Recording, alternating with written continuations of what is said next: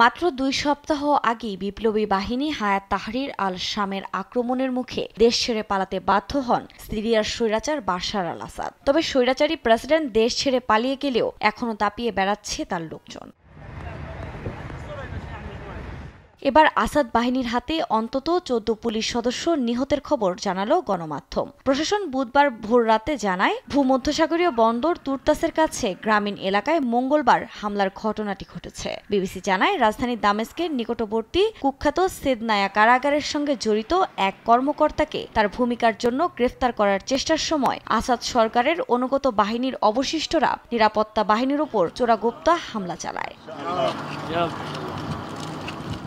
যুক্তরাজ্য ভিত্তিক Syrian observatory for human rights জানায়, এই সংঘর্ষে ৩ হামলাকারীও নিহত হয়েছেন। পরে নিজেদের শক্তি বৃদ্ধি করে পরিস্থিতি নিয়ন্ত্রণে আনে নিরাপত্তা বাহিনী।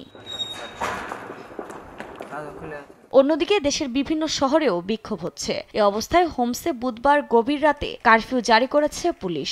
সংখ্যালঘু আলাওয়াইট ও শিয়া মুসলিম সম্প্রদায়ের সদস্যদের বিক্ষোভ মিছিলের কারণে ওই সিদ্ধান্ত নেওয়া হয়েছে বলে জানান স্থানীয়রা।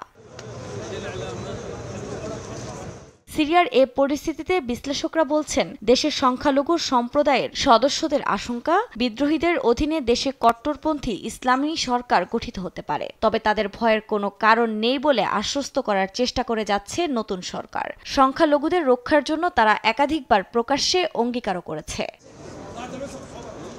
আফরিন মৌ, নিউজ ডেস্ক, দেশ টিভি।